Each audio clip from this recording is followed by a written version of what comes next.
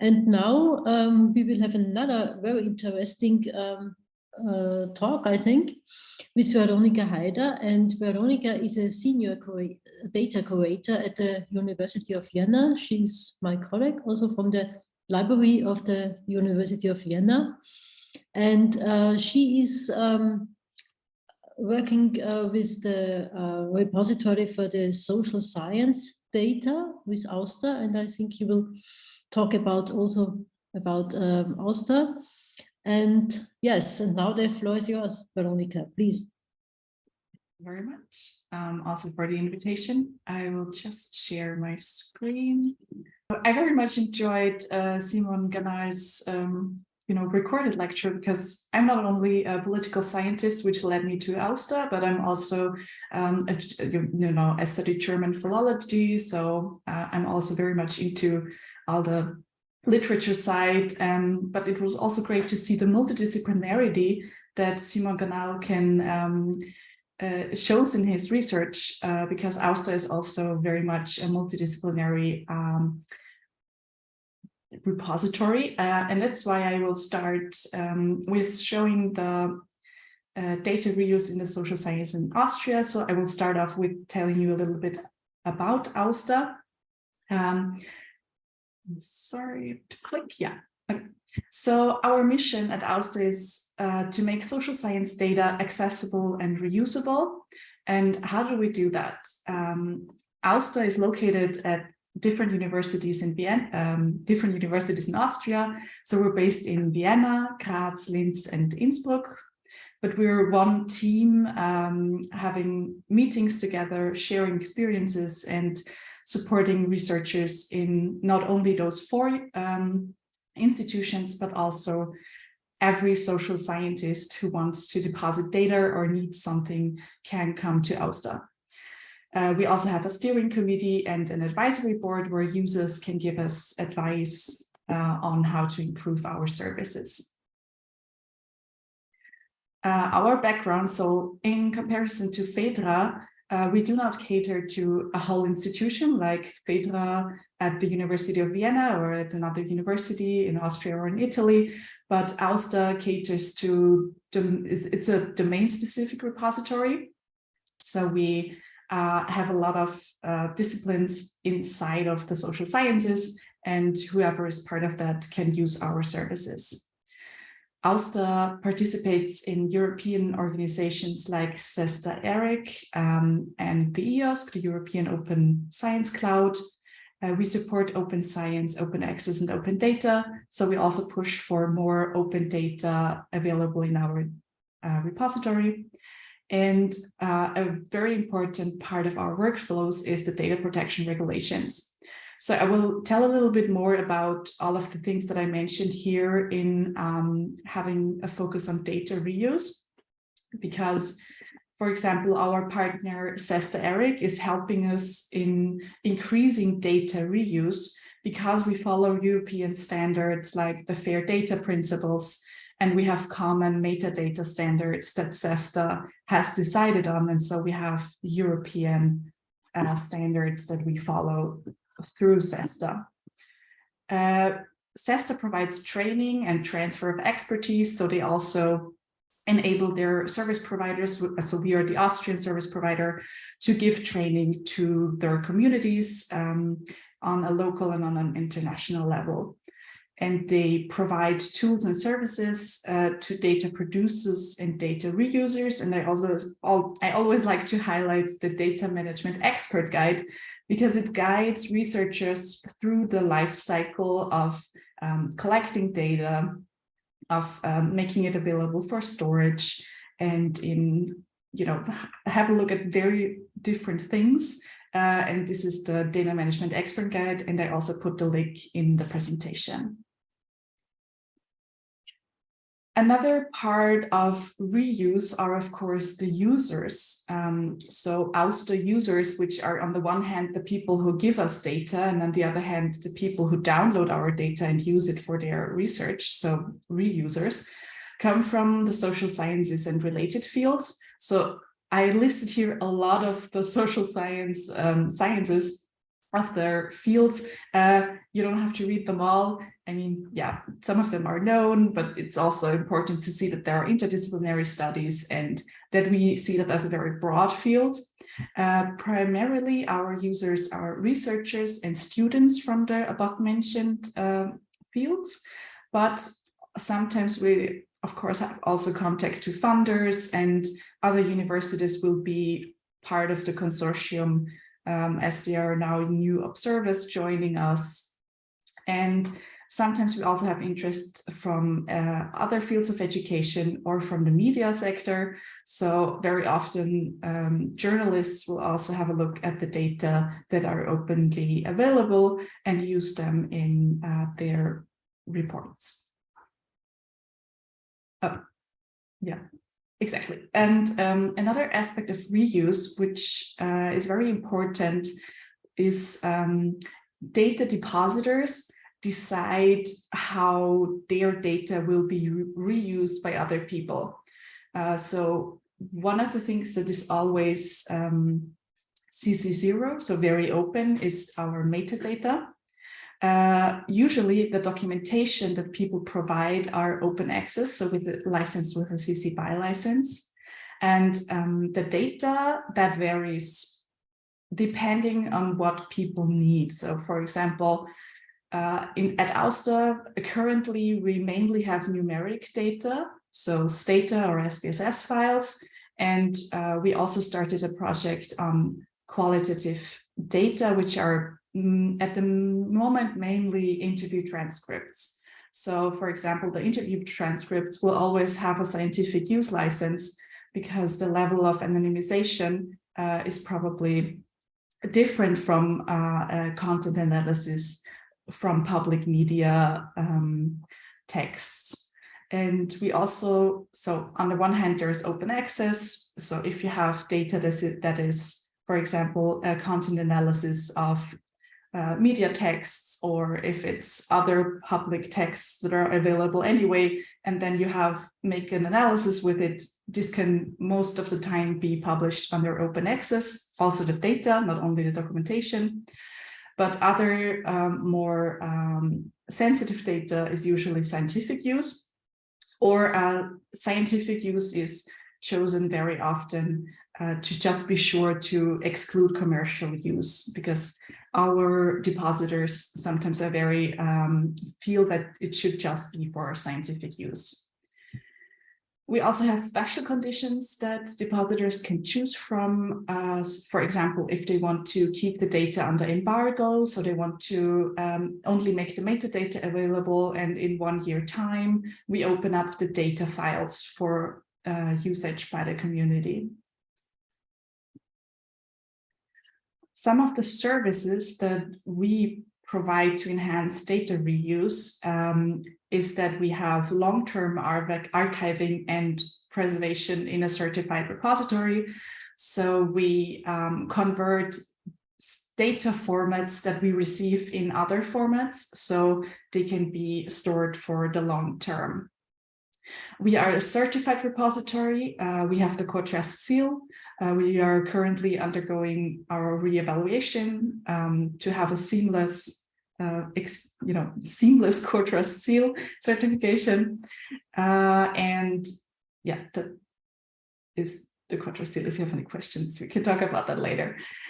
We also, which is very different, for example, for Phaidra, we do thorough quality checks on the data themselves, not only on metadata and on the documentation material, but also on the data. So we check all the data files. Are they consistent? Is it understandable for reusers?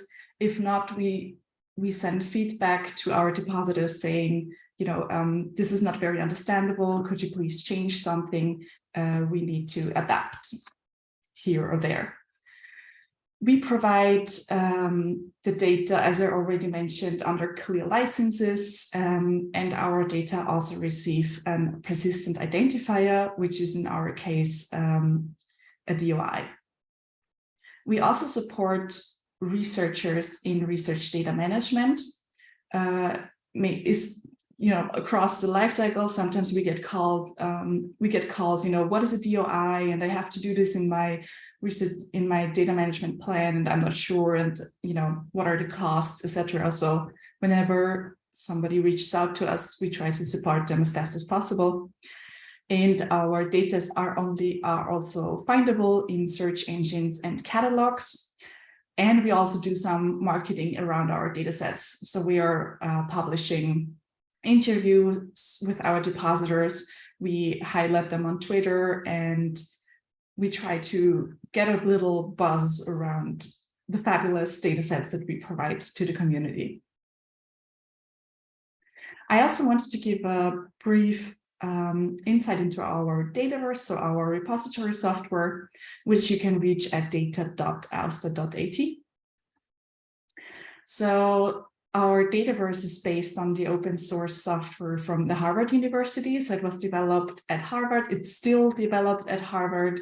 And that's why sometimes the European partners from CESSDA and in the EOSC try to push for things that are more important in our context. For example, the multilingual software.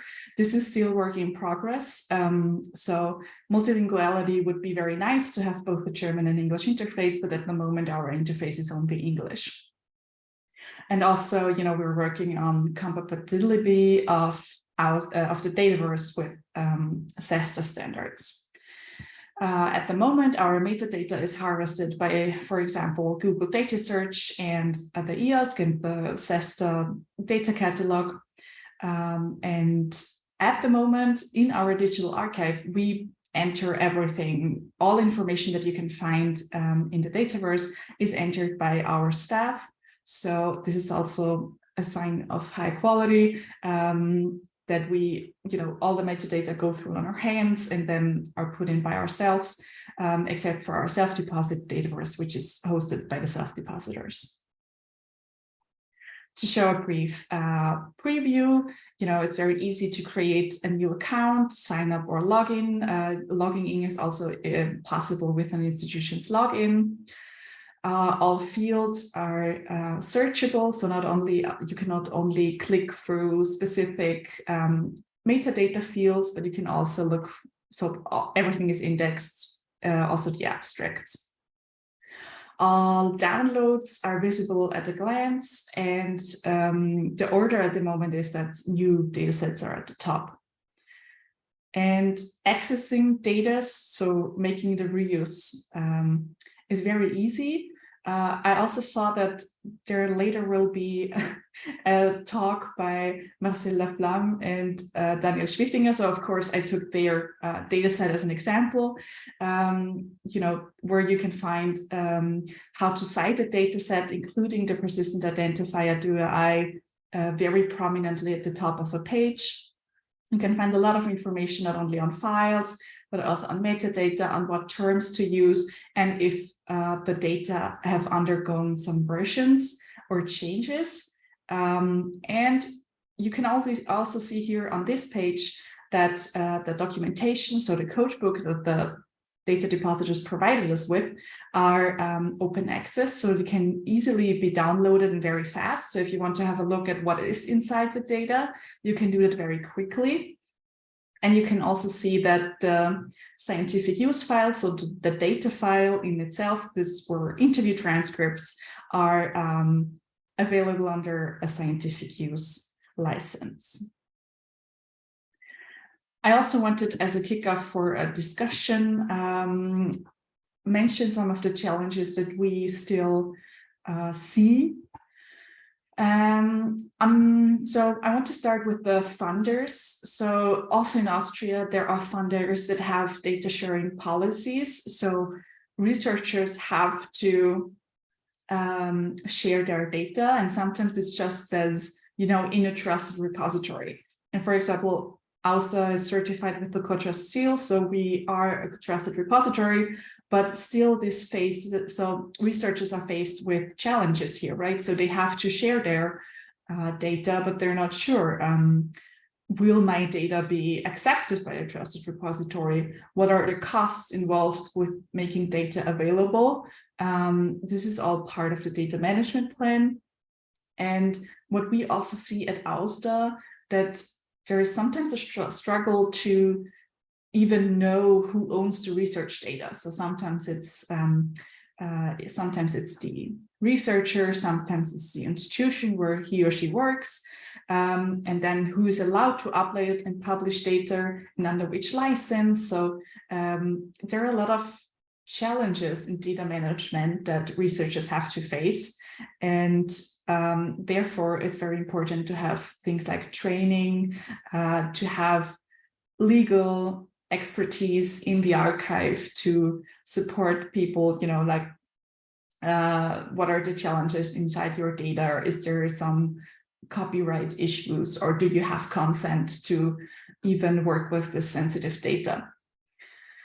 Another aspect that is a challenge is that people search for existing and available data, but it should also be very current. So to, as an archive, get current data is on the one hand a challenge, and on the other hand that researchers need current data and also find that in an archive. And archives then also need to be compliant with policies and international standards and increase impact metrics for researchers. And I think the last point is also very much a challenge. And also the text that was sent out before the Phaidracon mentions that researchers would like to see how their data is used. So I share that I put in all the work to share my data, because it is a lot of work. It's not, you know, you should factor that in because it's not done like this. And so they want to see, you know, are people looking at this? Are people working with this? And for example, at AUSSDA, we have this challenge that we, you know, usually people sit in the terms of use, it says, you know, if you work with this data and have a publication based on it, you should tell us about it, and we could then link it in our Dataverse. But no one ever tells us, you know, I made a very fabulous publication, please link that to this data set. So there are still challenges that we need to address around data citation and data usage. And with this, I'm at the end of my presentation. I'm looking forward to a discussion. And I also wanted to give you, for the next break, if you're bored, you can find the Data Management Expert Guide as a, it's a jump and run, and it's also a funny game where you can see the fears of researchers and learn to manage your data in a very funny way with very funny music. So I just wanted to link to the Shock League of Data game.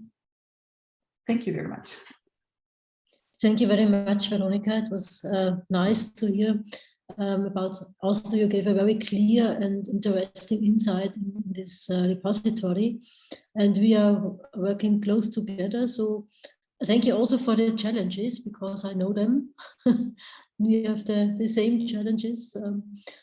Very, very nice. Thank you very much. So I'm waiting for questions now.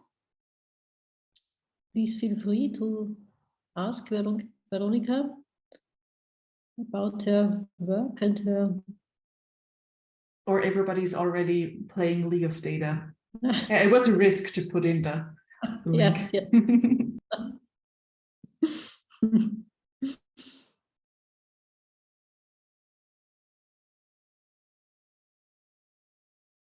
So let's start with my own question. I'm interested, do you know how many of your data is really reused from other researchers? So some of the data sets that we have downloads numbers like 3,000, you know, one data set that is downloaded like 3,000 times. So I guess it's not, I mean, it is used in teaching. This is also very important that our data is used in methodology courses at the University of Vienna, for example. So we guess that there are a lot of, that our data goes into a lot of publications. And as I think it's a proxy that we looked at Google Scholar. So we searched for our data sets mentioned in Google Scholar publications. So we did get like 70 hits, I think, that it is used, but it's of course, yeah, we would have to put a lot more effort into making this visible also in our Dataverse, which is probably maybe a project we will do in the future, but we haven't started yet because it's a lot of work to connect these two things. Yes, of course. It's a very hard work to do so, yeah. So we don't have this this insight in our Phaidra, I think, not yet, but it's too complicated, I think. It's another political side of this kind of data, I think.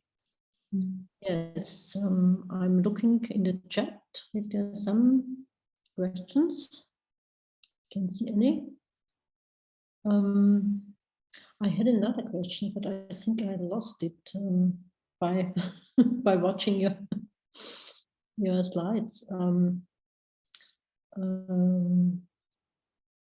Yes, about the trusted repository. What do you think? What will be the future of the trusted repositories? Because we have some problems with this core trust seal, you know. Yeah. Because we don't have a look at the data. It's not possible for us because we have so many data from all the universities, so it's not possible to do so like you do. What do you think about the future? I'm also a core trust seal reviewer myself, so I'm not only working in a CTS certified repository, but I'm also reviewing, so giving the certifications for others. And I think the trend will be that, so they're currently undergoing many changes to make it two separate seals, right? To make one for repositories that do changes like we do. So we go really inside of the data, and then there will be another certification for repositories like Phaidra, which are very important and of course trustworthy, and they have the security and the technical storage, etc., but they don't have the other aspects that are, I don't know, maybe not quality, but it's just, the checks or the curation side, because currently a lot of the core trust seal requirements are about curation, right? It's like six of them. So I think they're working hard on making it two different things. So one is curated content and the other one is not curated. That's good to hear, thank you. Because I think also Zenodo doesn't have exactly. Yes. Yeah. Yeah. Because it's not curated. Yeah. Yeah. And that's a big problem. Yeah. But it's good to hear. Fine. Give another chance. So I'm looking for some questions now. Maybe in the break, some questions for you, Veronika, but I hope you will stay. And if you're not possible to stay, we will give you the questions after this day. So I think we stay in contact, of course. Thank you. So thank you very much for your presentation. And now Claire, are you asking? Or sorry, I still, maybe I would add another question here. Yes, of course. Please. So I recently have been supporting a consortium regarding several universities, also together with a group from the social sciences department. And they asked me about AUSSDA and should you own entry into the repository would take a much amount of time. So at least a month, or could you quantify that somehow? It depends on, so it's several steps to put in data. So the first step would be that we make a contract with the persons, and depending on the response from them, this could take as little as 1 day. We had a contract set up in 1 day. So if the researcher owned their data, then they can sign them themselves. But sometimes already just signing the contract with us could take like months if you have to forwarded to the rectorate of a university. So it's very hard to quantify per se, because we also provide data deposit guidelines. So sometimes data reaches us that are already curated to following our guidelines. And then we just have to check this, and then we can probably publish this in 2 weeks we do our checks, we convert it to other data formats that the community uses, and we provide it then via our Dataverse. So, but if the data itself has either quality issues or technical issues, then we have to send it back and give feedback. And then it also depends on the workload of the researcher. Sometimes we hear from the researcher in 2 days. Sometimes we wait 2 months. So it's very much depending on availability on both sides. So if we have very many data sets, then of course the curation is ranked after the others are done. So I can't really quantify it, but our kind of goal would be from contract, so from first contact to publish, like 6 weeks.